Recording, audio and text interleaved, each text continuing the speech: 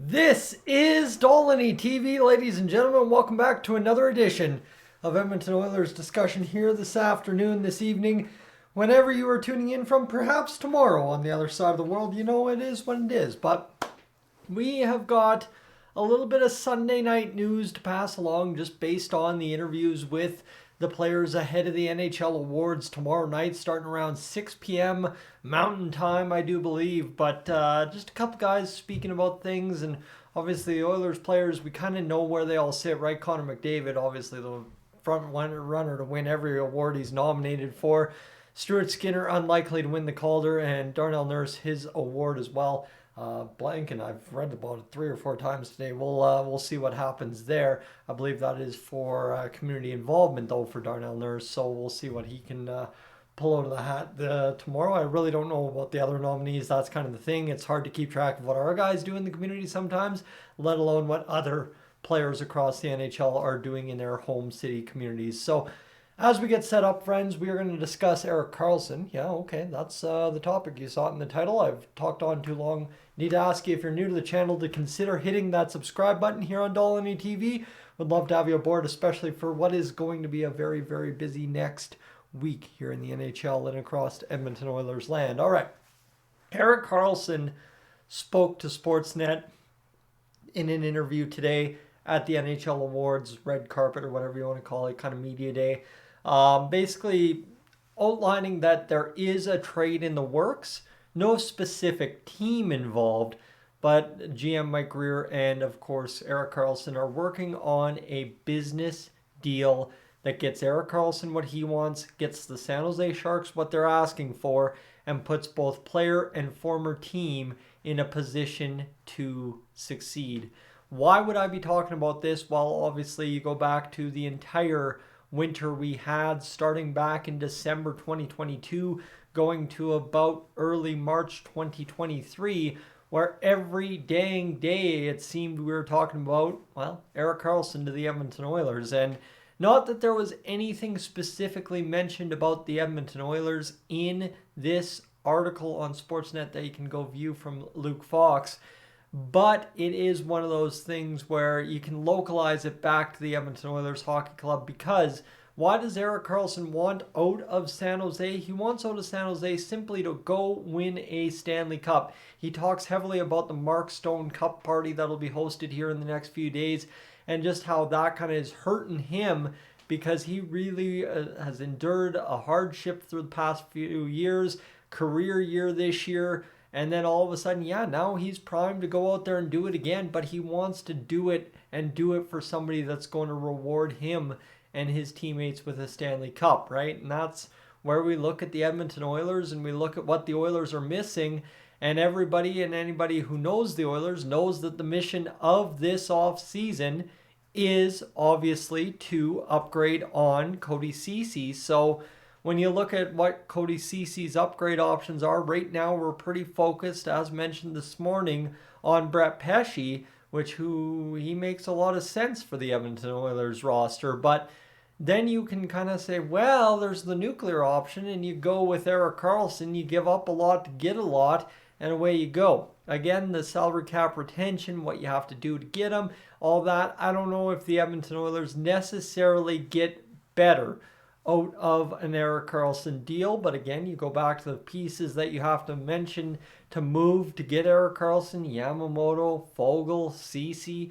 All three of those guys will get you more than enough cap to take on Erik Karlsson at 15 to 25% retained over the next 4 years. Obviously, the salary cap goes up, and Erik Karlsson becomes even cheaper next year. The salary cap's only going up $1 million this year, so that does hurt us for the time being. But as it is currently standing for the Oilers, that deal gets better and better and better as Karlsson ages, because the salary cap's supposedly going up, up, up, and up over the next 5, 6, 7, 8, 10 years. So that's where we sit on the salary cap front.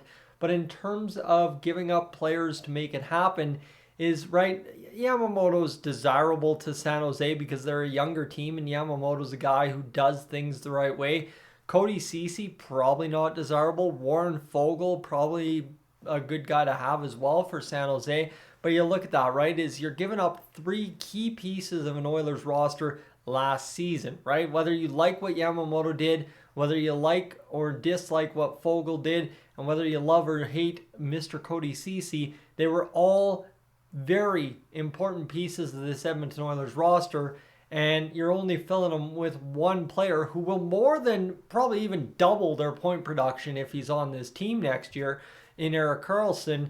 But the problem is, you look at it from a theoretical lens, you give up all that cap space, right? So 3.1, 3 point whatever for, so you even call it 3.5. I can't remember what CC signed to off the top of my head. Don't really matter because it's all hypothetical anyway with the retention percentage. But you're talking about 6.5 there, and then Warren Foegele, who's at the 2.75.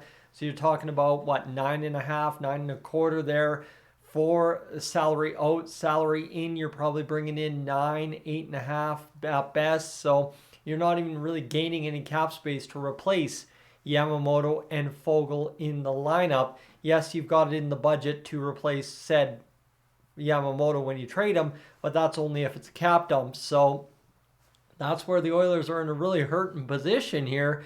Is, I mean, how do you make this team better when you're giving up so much to just get one guy in here? So when it comes to this whole article and where we've gone with everything to get to this point now, is that Erik Karlsson does say it has to be a business transaction. And I mentioned 2 out of 3 parts, right? Player and former team. But the new team, A, has to be a contending team, and B, be a team that can have the cap space that Karlsson will implicate against their cap numbers next season and for the next 4 years. Because, right, I've just outlined to you, yeah, I'd love to have Erik Karlsson on the Oilers. I think we've talked about it a lot, and now seeing that the possibility is there because he's still working on a trade in a business decision between him and the team that he's currently on, well, that gets me excited, but it just does not mathematically work out for the Edmonton Oilers at current. So when you kind of slice and dice this whole deal, is yes, the Oilers are probably in the mix for Erik Karlsson. Could the San Jose Sharks and Edmonton Oilers work out a trade for Erik Karlsson? Yes.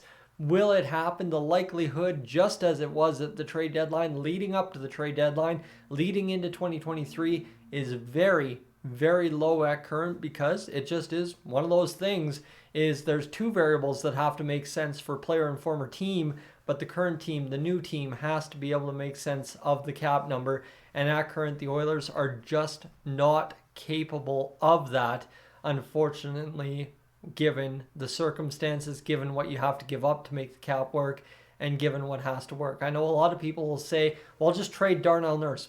That is addition by subtraction, and in fact, just actually negative, because you're giving up your best left-handed defenseman. Yes, I know maybe Matthias Ekholm, in a lot of people's opinion, is better, but Darnell Nurse is your $9 million guy. He's your top pairing guy. Matthias Ekholm is there to be your steady Eddie second pair to alleviate his stress so as he can be the best he can be. And you know what? Erik Karlsson is meant to be that guy that plays alongside Darnell Nurse in any actual trade that forms between the Edmonton Oilers and the San Jose Sharks. So that's where I currently sit. It's just, again, low possibility, low probability, but we'll see what happens here for the Edmonton Oilers over the course of the next week or so.